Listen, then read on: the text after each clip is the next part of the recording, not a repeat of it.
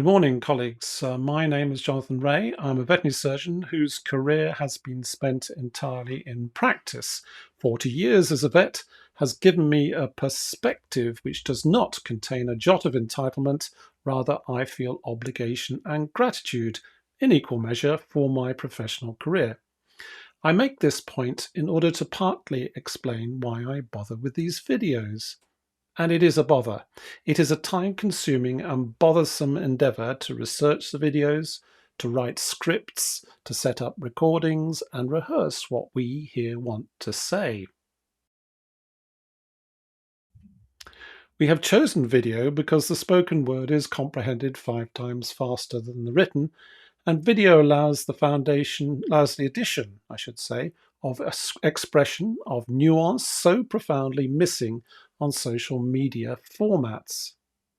In that respect, the video essay much more closely matches the everyday experience of us in first-line practice, where our interaction with our patients, clients and colleagues hangs on our training, knowledge, learned skills, articulously and experience to produce the critical outcomes, the diagnostic and therapeutic successes, the team successes. Those successes are rarely absolute, but the result of trade-offs. Our results are nuanced, and video allows for nuance. As an aside, I include euthanasia of our patients, our definitive action, as a nuanced activity. Euthanasia can be an end to suffering, and it can be a relief, and it can also be something which is a moment in a continuum of a relationship with a client across decades, at least in primary practice. Even euthanasia is nuanced and not absolute. Video lends nuance. But before we move up to the main part of the video, I'd like to give you a taste of some of the research that we have done. It has involved a lot of reading, and that takes time. One of the learned skills that you can acquire over a long career is that of reading esoteric research content with a critical viewpoint across a spectrum of sources, from academic papers published weekly or monthly in our journals and libraries, all the way through to the populist book format. Long practice of critical thinking and analytical reading, in my experience, gives you an appreciation of opinion other than your own, whatever your opinion might be at any given point in your career. You get to a time where you can be critically analytical in such a way that tribal loyalties, interest in ideology, motivated reasoning, also known as confirmation bias, can all diminish because you have a breadth and depth of knowledge and experience of the canon of published work on a chosen topic. You become more objective and aware of other possibilities with time because you have reduced your unread library over that time, 40 years in my case. You also acquire a history in your head and in your library of what was as much as what is. You're in a position to ask questions like, compared to where and compared to when? Now, this is a deeply unfashionable point of view in a veterinary world where political activism labels contrarian viewpoints coming from before 2017 as invalid and even heretical. There's little to match doing the work, as social justice advocates put it.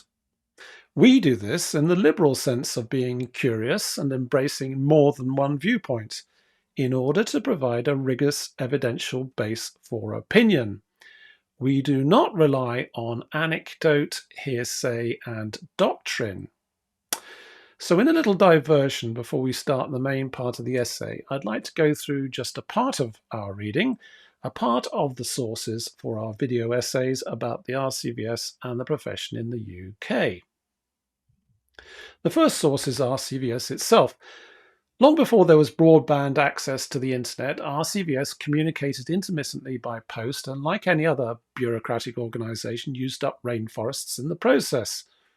Communication from and to RCVS was difficult to achieve, and pragmatic filters were carefully applied to what we received to contain stationery and postage cost, for instance. We may not have liked what we got, but in those days, There was no political bias on show, so we had fewer so-called truths to deal with. An archive was generated which has had some protection over the years and is now largely of interest only to veterinary historians. Because it is in a difficult to access place and format, significant figures from our past have faded from view, but not altogether, as you will see later in the essay, particularly part 2 on inclusion.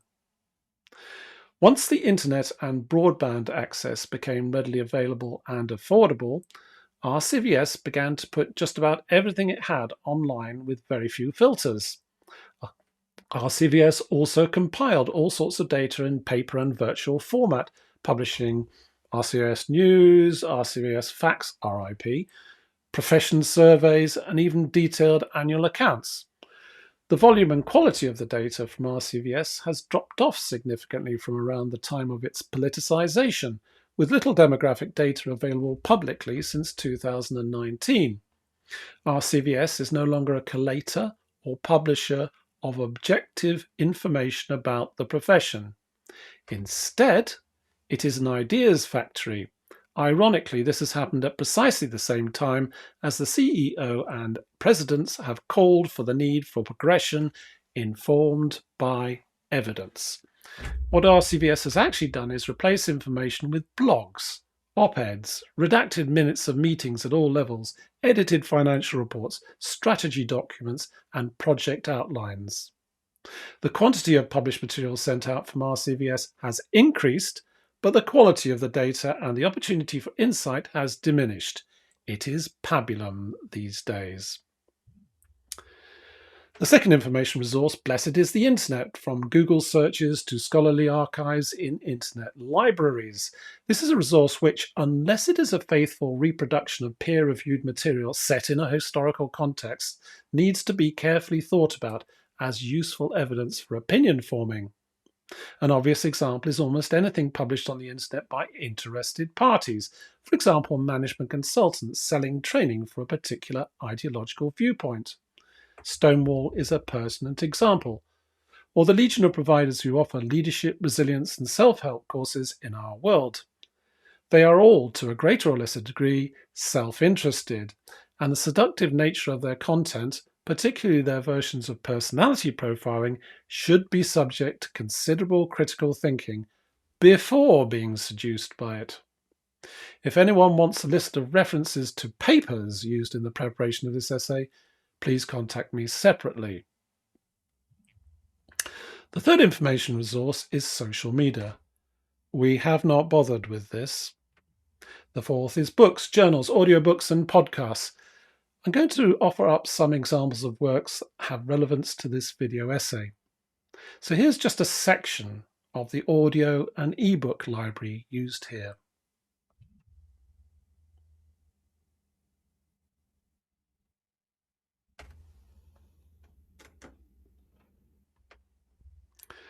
And books, well, let's start with the biggies.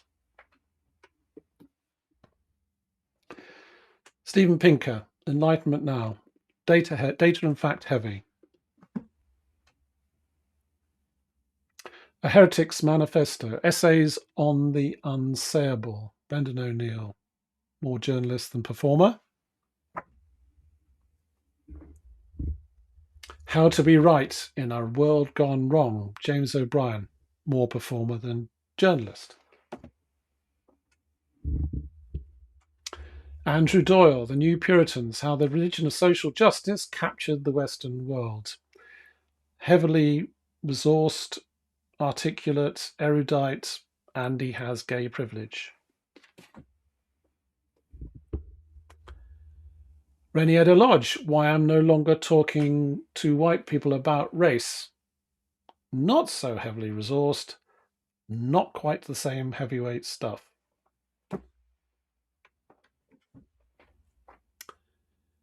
Dame Claire Fox, I find that offensive. This is where the snowflake stuff came from. Matthew Said, Rebel Ideas, good read, reference later. Stand Firm, Resisting the Self-Improvement Craze, probably ought to be compulsory reading. Andrew Doyle again, free speech, if you want a lighter document. Jonathan Haidt, Why Good People Are Divided by Politics and Religion. Some sound thinking from a psychologist.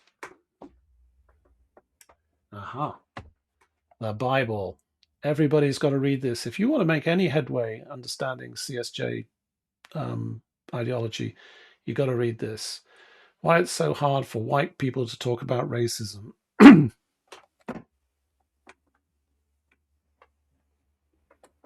A couple of them here. How to Be an Anti-Racist by Ibram X. Kendi, also part of the compulsory reading about CSJ ideology. And I'll just pick this up. How to Be an Anti-Racist Baby. This is also by Ibram X. Kendi. This is not compulsory reading, but if you want to understand a little bit about this stuff, then anti-racist baby is bred, not born. Anti-racist baby is raised to make society transform. This is all a bit dull showing you this stuff, and it is a form of virtue signaling, a particular attribute of the political elite at RCVS, and therefore somewhat distasteful. Sorry about that. But it is also my way of indicating that we at least have diminished our unread library. If anyone cares to challenge this apparently normative statement, please use the option of commenting on this video, and perhaps we'll be able to do a bit of testing and verification through a form of debate, because the RCVS ain't offering it anywhere else, despite signing up to challenge and debate in this letter sent to the Vet Record in February 2020. More of that later. In short, their words do not match their deeds. The point of this essay is to look at the claims made about the four main tenets of the prevailing politics at RCVS, to look at the evidence for each of them, their truth and substance, and look at the shortcomings of each of them as well, according to their own constants and paradigm. The history of diversity, its meaning, its champions, and the creep of the concept have all been covered elsewhere by us and the folks at VSA. See links in the description text. So we thought we'd divide the subject up as follows. The claims made. The evidence for the claims made. Measuring diversity, or how will we know when we have enough diversity? And who exactly decides? We'll do roughly the same for inclusion, equality, equity, and civility in other installments in this video series.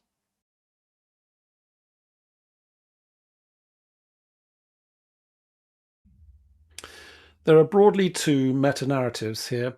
Firstly, there are claims relating to cognitive diversity, and secondly, claims made for demographic diversity, framed at RCVS by relating this to critical social justice, CSJ, diversity, and the epiphenomena flowing from CSJ diversity.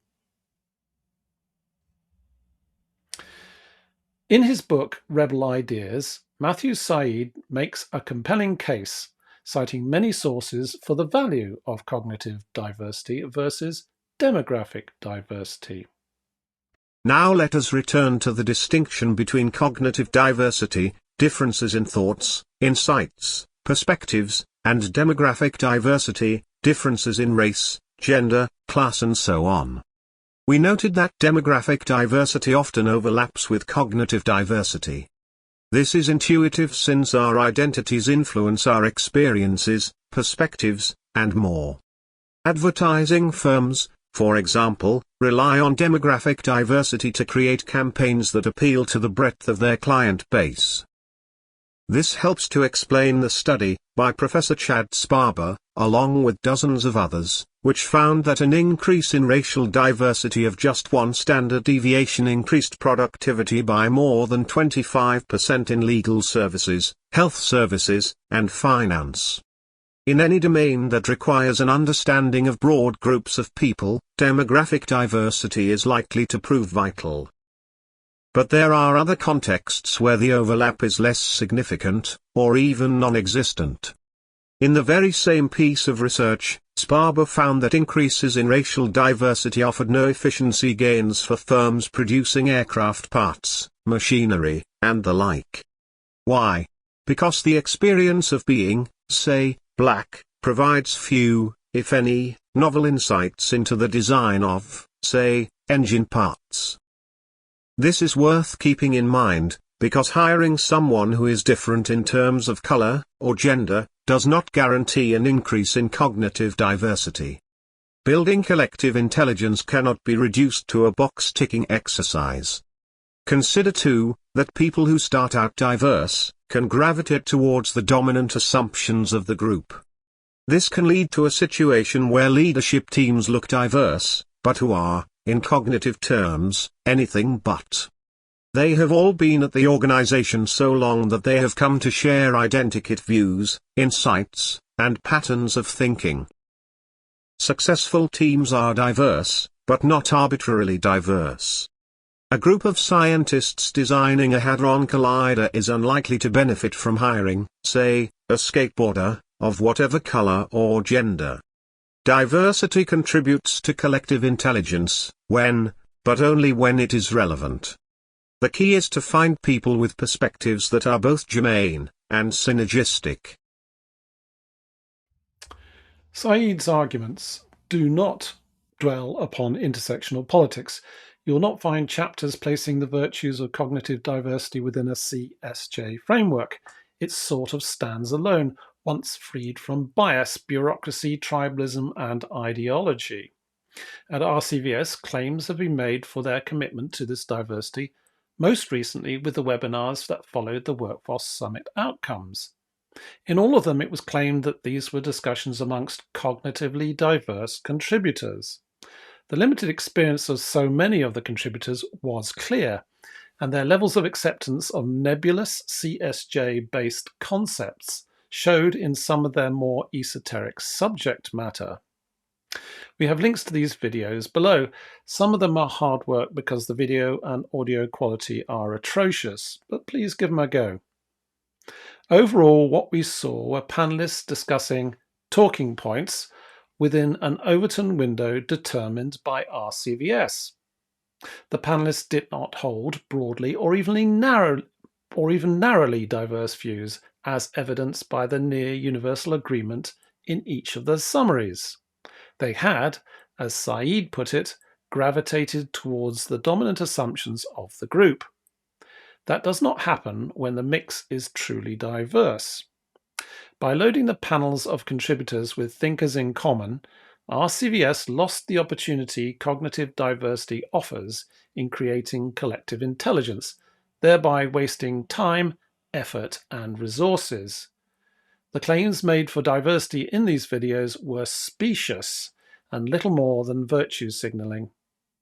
This is just one example of an opportunity missed, and it's also symptomatic of a greater inability to achieve cognitive diversity when you're limited by an outlook that doesn't stretch beyond the M25 and a self-imposed ideological straitjacket, achieved by adoption of CSJ politics and ideology amongst a group who have been at RCVS for more than a decade. As Said pointed out, they have all been at the organization so long they have come to share identikit views, insights, and patterns of thinking. Ah, well. Beyond standalone cognitive diversity, there is CSJ diversity, a subset of demographic diversity. Some extravagant claims have been made about this, typified by the DI Group strategy document, links below, and articulated most of all by President Connell. In his own words, and just a warning here, there are a lot of them coming next. It's no secret that the veterinary professions are overwhelmingly white, with a high proportion of people coming from more affluent socioeconomic backgrounds. However, it's also no secret that this is not the background of the UK population at large, and it has been increasingly recognized that it is beneficial for professions to reflect the ever more diverse society they serve. And there we are, straight into the CSJ ideology. Connell introduced us to two CSJ dimensions for his version of diversity, aligning them with undeserved privilege, race privilege, and socio-economic privilege. He then went on to relate this to the 60 million citizens of the UK and follow up with a normative statement about the benefits of professions, plural, reflecting society.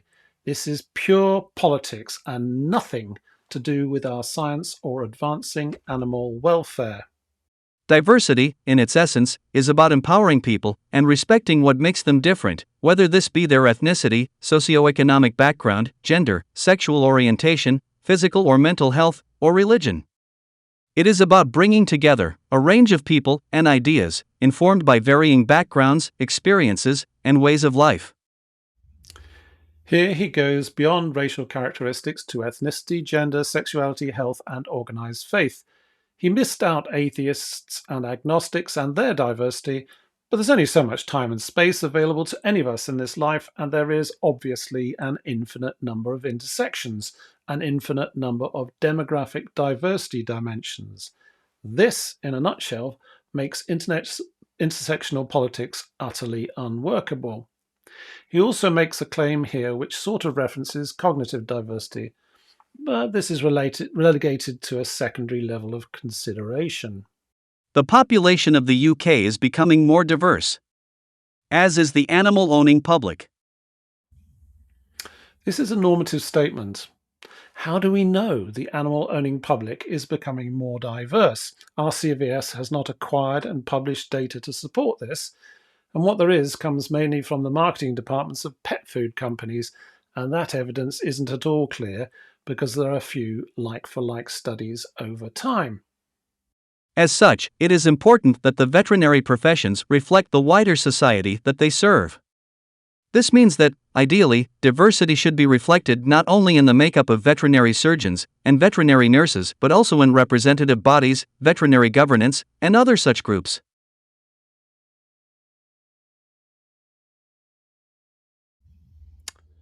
Yet more normative statements. Why should the profession reflect wider society? And, if we accept Connell's argument, what precisely is a reflection of wider society? And do we actually know if that's what animal owners want? Or would they prefer something else first, like competence? In other words, does Connell's wider society want the most competent, irrespective of intersectionalism? A profession that can tap into this varied and diverse breadth of knowledge and experience is better placed to develop new services and processes to meet diverse demographic needs. As we want to see the veterinary professions advance, we cannot neglect the crucial role diversity has to play in this evolution. Well, he's really on a roll now, claiming positive epiphenomena for diversity and negating the value of any progress, any evolution made previously by the profession. We are obliged to forget our history of creditable progression before 2017. One of the key functions of the RCVS under our Royal Charter is to uphold and advance veterinary standards and to promote, encourage, and advance veterinary medicine in the interests of the health and welfare of animals and in the wider public interest. Yes. As increasing diversity would advance the professions and their ability to meet the interests of a diverse wider public, the RCVS has a responsibility under our charter to focus on this area through key initiatives. Really? How exactly? Not vaguely, exactly. For sustainable change to take place, it needs to be evidence-based. And having a good understanding of our professions, through data, is a crucial building block for this. This looks like a reasonable and plausible point in showing the need for evidence to create positive and sustained epiphenomena. However, RCVS interest in acquiring and publishing data objectively has diminished and, as mentioned previously, giving the lie to the rhetoric. In addition to the above reasons, I believe that we all have a responsibility to improve diversity in the professions we are in and serve.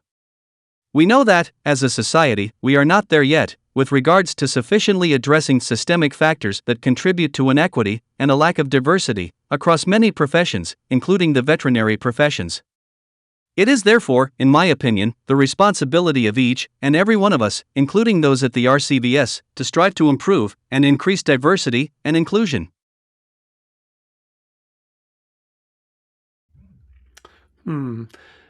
We've now moved to his personal politics, it is my opinion, contextualized within a broader societal agenda underpinned by CSJ epistemology. Did those who voted for him at council election time based on his candidate statement know how political he is? To ensure a focused approach to this important issue, the RCVS has set up the Diversity and Inclusion Working Group, which held its first meeting in April this year. The group aims to break down barriers with regards to selection, recruitment, and retention to encourage more diversity within the professions, including, but not limited to, ethnic, socioeconomic, and sexual orientation diversity. This group will be the driving force with regards to the RCVS role in this. This is a signal that the DI group is intended to be the institutional instrument for achieving CSJ diversity. To increase the diversity in the professions will require a significant shift, as it is a multifactorial and complex issue, and it will take time to get it right. Here, Connell is asking for an open checkbook and an open timescale to achieve CSJ diversity. How long RCVS needs and when we will know we have achieved their goal will be looked into in the second section of this video. It is crucial that any initiatives and interventions we put in place to address the lack of diversity in the veterinary professions are underpinned by evidence.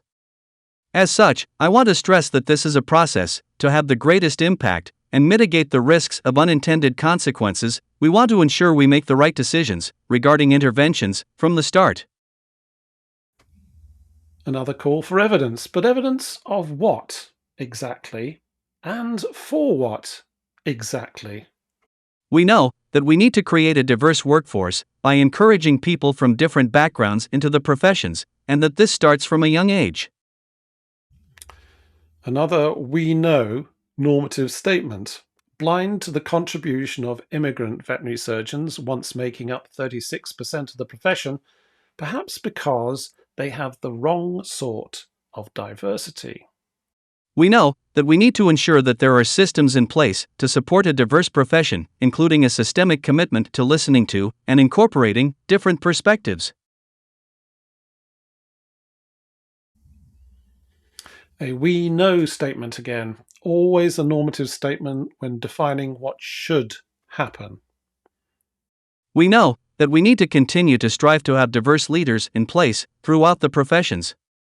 As I said in my first speech as RCVS president, quoting American activist for children's rights, Marian Wright Edelman, it's hard to be what you can't see. And again, a we know statement. The reference to Edelman is from part of a theory in the field of children's rights activism in the US, hardly a proximal issue to our everyday professional life, which contends that you need to train role models for a career in order to facilitate seeing what you could become, and as part of a larger package of measures to support opportunity and assist access.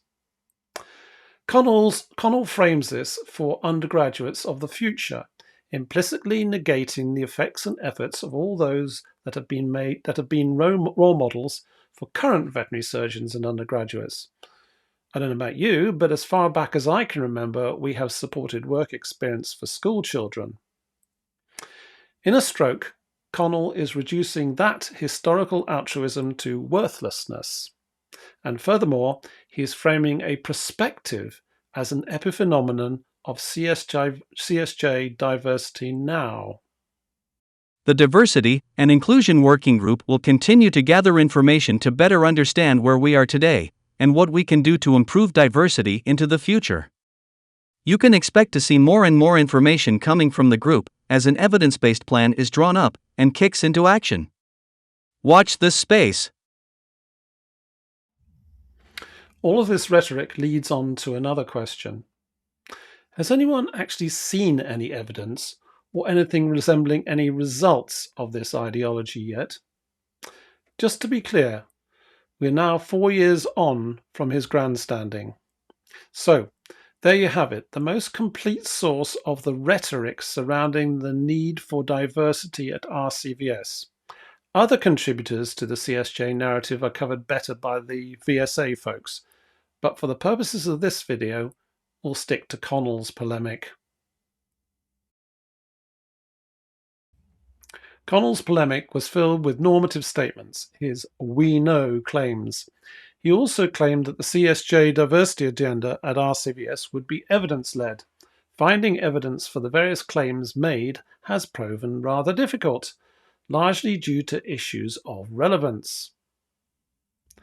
There is relevance by country of origin, relevance by industry, relevance by source, and relevance by repetition in echo chambers. Here is an extract from a paper written by Sparber in 2009, or earlier referenced by Said. This paper employs industry-level, U.S. Census data, from 1980 to 2000, to assess the aggregate effects of racial diversity. While most international accounts find that diversity reduces productivity, I argue that the U.S. experience is more nuanced. Unqualified statements about the costs and merits of diversity are unwarranted, as racial heterogeneity increases productivity within many, but not all, industries.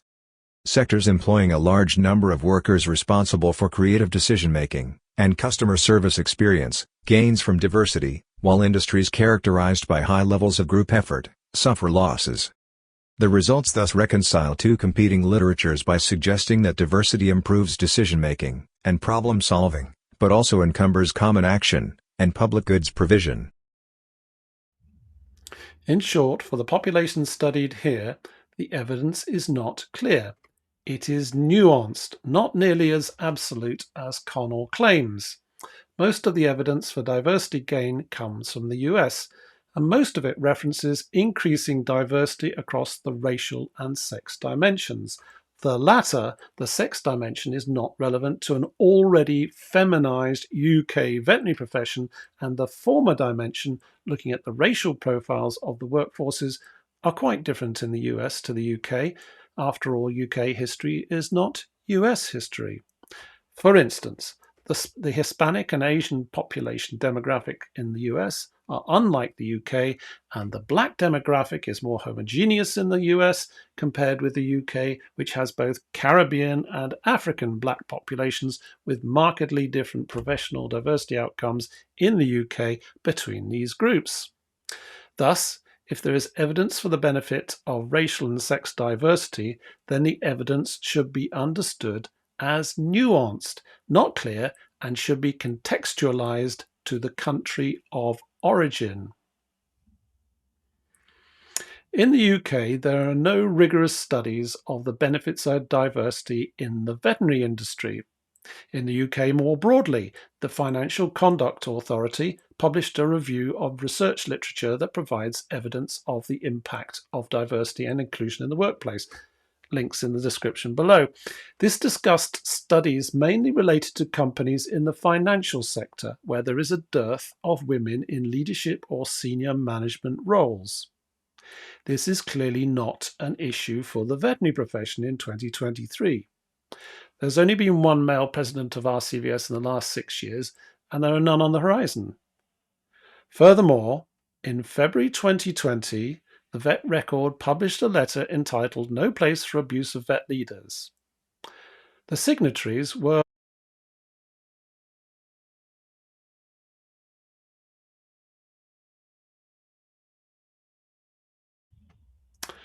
of these 35 signatories, all identified as leaders as senior leadership people, 19 are women, 55%, closely reflecting the sex demographic of the profession at the time.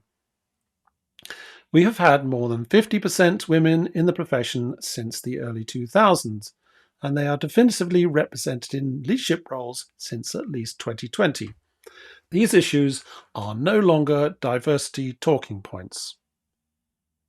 The FCA also looked at the impact of ethnic diversity on business performance and reported, overall, there is a mixed picture as to the benefits of ethnically diverse workforces on business performance, although there are certainly hints of positive associations. More research is needed in this area, particularly in the UK, as there will always be challenges in generalising findings from other parts of the globe. The picture emerging from this financial industry report is one of nuance. Much like Sparber et al. In the US, President Connell's rhetoric is one of certitude, but the evidence is much weaker than he makes out. His words, "we know," should be, "it may be." The relevance of evidence from the sources already mentioned is handicapped by limitations of geography and work sector, but broadly come from high-quality evidential sources. When it comes to the most often quoted evidence, this largely resides with populist writing and those who have self-interest in our world. I've already mentioned some of the sources for our research. These include publications which have an interest in the propagation of the diversity agenda, where diversity and epiphenomena are an article of faith, part of a doctrine, not based in a classical framework of high-quality evidence, which is accumulated and scrutinized scientifically, but instead relying on anecdote reinvented as the lived experience, extrapolated to detect the presence of redundant thinking and bias, and therefore the imperative created for diversity. A good example of this comes from a paper published in the Vet Record in October 2019 by Knights and Clark, links below. This was entitled "Gendered Practices in Veterinary Organizations." The doctrinal methodology used here was in the postmodernist paradigm, a foundational epistemology for the CSJ diversity model.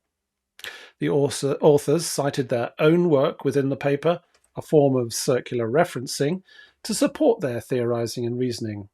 The paper used a small sample of subjects responding to questions and applied an analysis which used an epistemology that was firmly and admittedly non-scientific, that of applied postmodernism. This paper was over 3,500 words long and externally peer-reviewed, thereby lending weight of words and a veneer of respectability. Anyone who hasn't read this should do so. Contact me separately for my response in fewer than 2,000 words, deconstructing the method and conclusions. Even superficially scientific papers published in mainstream journals in our world have not provided high-quality evidence for the elevation of CSJ diversity to an imperative. Instead, they are unscientific and distorted by the epistemology foundational to CSJ doctrine. And then there's the consultants and their form of evidence. First amongst these is Stonewall. From 2017 to 2023, Stonewall was engaged by RCVS for an annual fee to supply training and method to RCVS, particularly the staff. Connell also embraced this relationship and the tenets of the training. Interestingly, there has been no access granted to the training materials because of contractual issues, but the broader aims and claims are public. These are littered with normative statements without reference. They create an entire political system and viewpoint, devoid of doubt, all for a fee. Stonewall are grifting the DIE agenda with a doctrine, not evidence. Their involvement should have received critical review long before 2023. Back in 2014, the RCVS very publicly signed up to the notion of evidence rather than eminence-led veterinary medicine. They have not followed this line when it comes to DIE. Their narrative relies on role models placed upon pedestals selected not for evidence of their contribution to veterinary science or animal welfare, but on the basis of an immutable characteristic. particularly when elevated to a prominent position within the officer team of RCVS, for instance. Once selected, there is a cycle of repetition of the suitability of the character and the narrative supporting the characteristic of the ideal which is deemed suitably diverse. There's a logical fallacy attached to the repetition of this behaviour and the rinse and repeat nature of the narrative. The fallacy of repetition is a fallacy by which the speaker uses the same word, phrase, story, or imagery repeatedly with the hopes that the repetition by itself will create an adequate illusion of evidence for an audience, and this will lead on to persuasion. Related to this repetitious behaviour is the echo chamber effect, the creation of the illusion of the truth of a narrative by controlling the Overton window extant at RCVS, exploiting the asymmetry of media resources available for the narrative when backed by institutional funding, and being very selective where the narrative is repeated. As Bogue put it, "One thing you do have, as president, is a platform." When this is combined with an audience over which you hold a degree of control, because you control their license to work, and address them within the selected social media spaces, an echo chamber effect follows, and you get what you are repeating, repeated back to you, and nothing else. Contrarian voices are quickly shouted down and eliminated, resulting in only hearing from the eminent, the chosen, and their role models. Showcasing someone on a pedestal and repeating a message in an echo chamber is not evidence for the truth of a message. It isn't even really persuasive. Instead, it is idolatry of the role model and repetitious incantation of a narrative to a small congregation.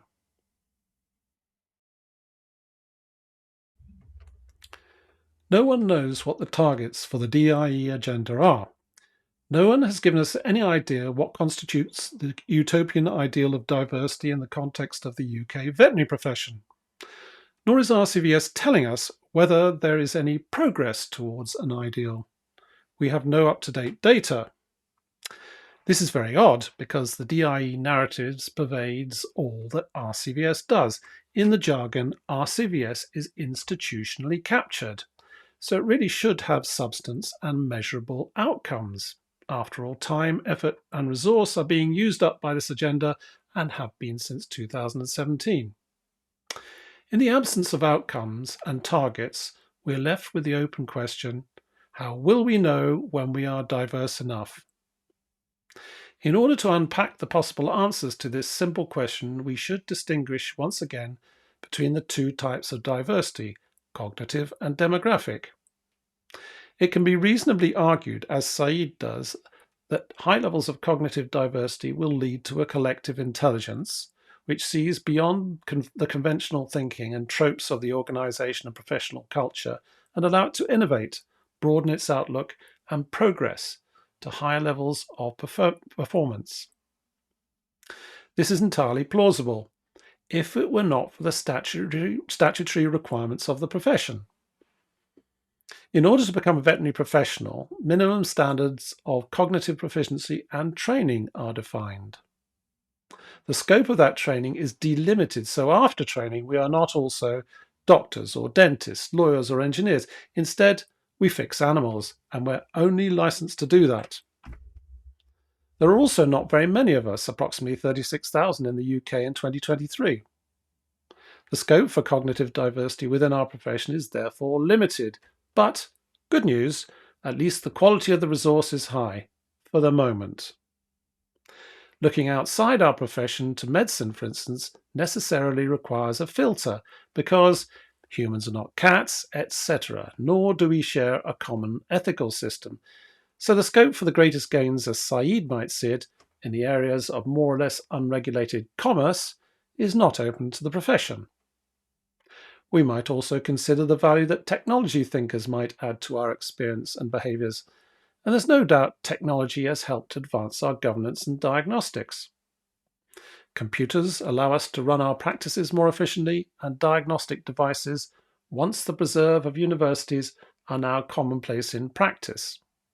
So there is a history, not that DIE ideology recognises this, which tells us the profession is already willing to embrace this technological-based cognitive diversity without limitation. Cognitive diversity has limitations, however, largely stemming from the boundaries of our science and statutory requirements, but our history as a profession is one of seeking out those with different knowledge with no limit. The profession has always embraced this dichotomy when it comes to cognitive diversity, so it's not something new to be hijacked by the protagonists of the DIE narrative as if it were something they thought of first. Demographic diversity is an entirely socio-cultural concept with outcomes which are also bounded. As Said points out, demographic diversity does not necessarily suit cognitive diversity unless it is germane and synergistic in a technological setting, and our profession is only becoming more reliant on technology. Progress through technology bounds demographic diversity if it is to be useful. Which brings us back to the notion of what should the demographic diversity be in our world? How will we know when we've got enough? What's the percentage score of racial representation? What's the ethnicity index? What's the correct number of men in the profession? No one will tell you what RCVS have in mind. There have been suggestions that something that represents the society we serve might do, according to census data. So we might arrive at utopia with 50% men, 15% non-white, 5% LGBTQIA+ diversity in the profession. But really, can this be achieved whilst maintaining high levels of cognitive ability and any other essential attribute for professional life, like conscientiousness? How do we know? Well, of course, the answer is that we don't. So the offer from RCVS of reflecting society in general cannot claim to be certain to maintain already measured professional standards. Our current societal benchmark from 2090 is 94% public trust, and any cultural engineering can only have value to society if the levels of trust go up from 94%. That seems profoundly unlikely without sustaining cognitive ability, for instance. So are we prepared to sacrifice public trust on the altar of the CSJ diversity narrative? If RCVS do not choose a measure relating to societal data, then there must be a qualitative assessment of when we have enough diversity. This requires an adjudication. That adjudication must come from someone or some organisation or committee. Who will this be? What will their qualifications be for them to serve, adjudicate, and presumably enforce their findings? If all knowledge and power to determine such a profound outcome as adequate levels of diversity is concentrated in one person, then we must find this godlike creature. It ain't going to happen. If all knowledge and power to determine such a profound outcome is concentrated in a committee, then we have all the attendant complexities of decisions by committee. It doesn't look workable to us here. Even RCVS know this really, so they've decided not to be drawn on diversity measures. Instead, they've opted for a narrative which ignores their own performance and demands complicity in their shaming of us with their message, the profession is not diverse enough, whatever that means. Is this really a stunning and brave insight into the faults of the profession?